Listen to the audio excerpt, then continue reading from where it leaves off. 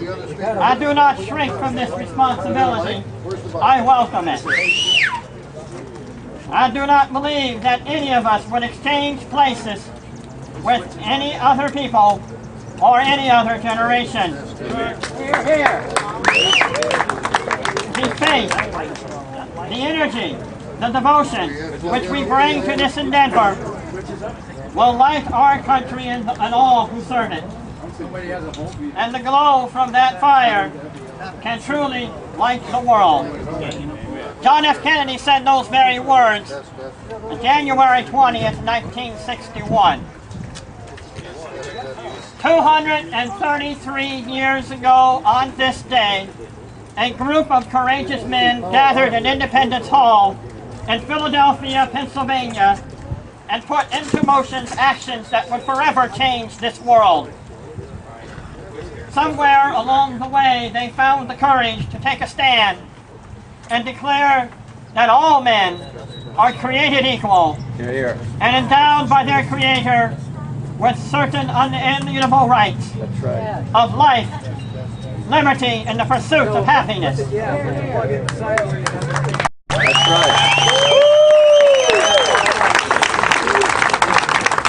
Little did they know that their actions would inspire generation after generation and nation after nation to follow in their footsteps.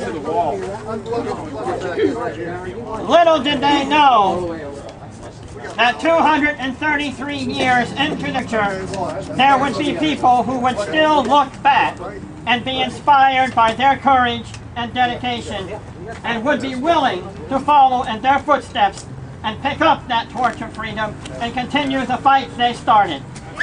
That's right. Little did they know that just a few short later, the foundation of our republic would be laid. Little did they know that Americans in the same spirit of our founding fathers would rise up and defend it time and time again.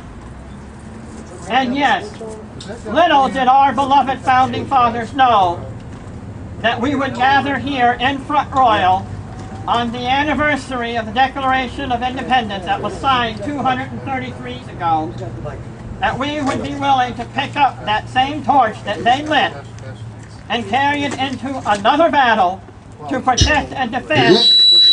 We're leaving here. If they... Turn the switch on. There we go. Yeah, we will be. Let's move it back just a little bit. About a house. Yeah. Let's move this up here. In fact, if they would grace us with their presence on this day, they would be amazed that the same spirit of liberty they lit still shines from sea to shining sea. That's right. They would see that across this great land there are people who call themselves simply as Americans, and that those Americans are gathered in the same spirit of life, liberty, and the pursuit of happiness. Again, we are gathered here in Front Royal, Virginia, in the heart of the Shenandoah Valley, in the breadbasket of the Confederacy, and we are gathered here in solidarity with hundreds of towns across this great nation with one purpose in mind. And that purpose is to remind our government and the rest of the world that this government is a government of the people, by the people, and for the people. Yeah!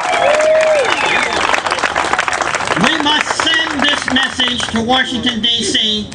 We must ensure that all of our elected officials understand that they work for the people and that ultimately we, the people, hold their political careers in our hands. Let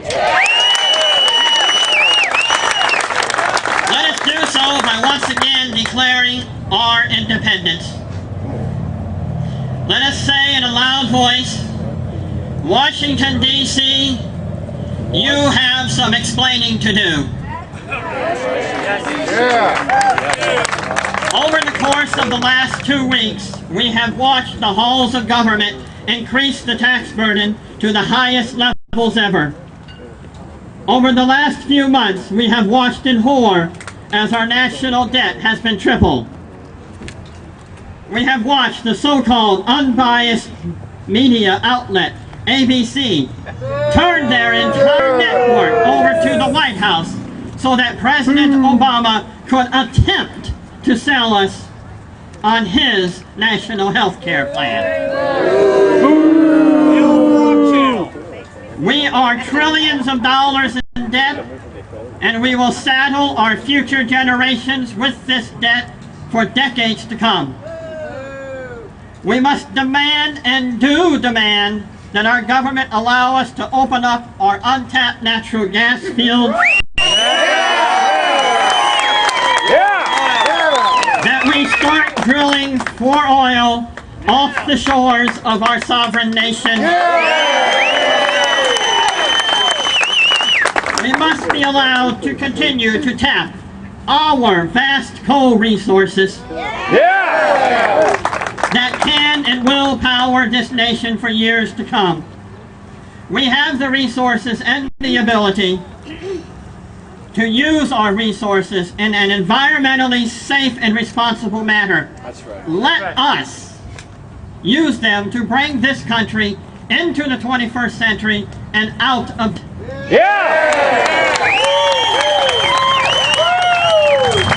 Another battle is taking place in the halls of government, and that battle is the battle for health care. The Obama administration and the majority of the House and Senate want to usher in an age of socialized health care. Oh, I know they claim that we can keep our own care. Okay, they said it time and time again, but in the same voice, they inform us just how difficult it will be for us to keep our current health plan. They tell us that they have plans to tax our health care benefits. They tell us that they have plans to squeeze the insurance companies out of existence through what they call competition. But we all know where all that will lead.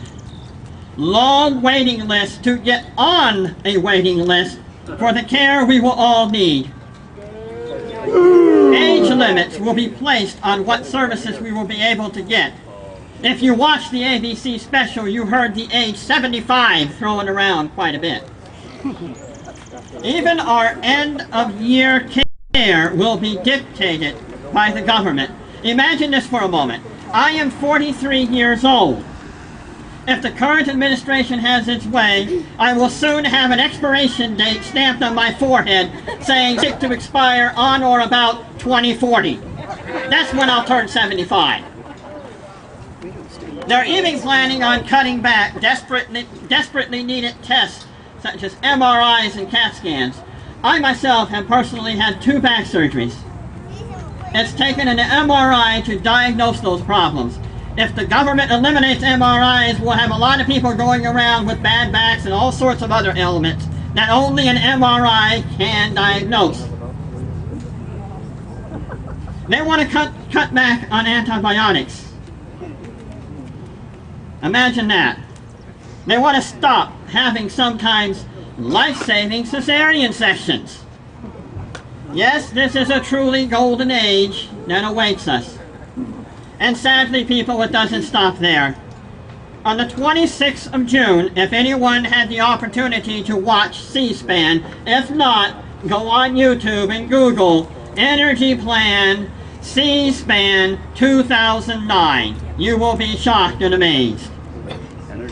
If this bill passes, and if President Obama signs this bill, we will soon see gas prices over $3 a gallon and more. Our electricity will go up, and the cost of everyday goods will go up as well.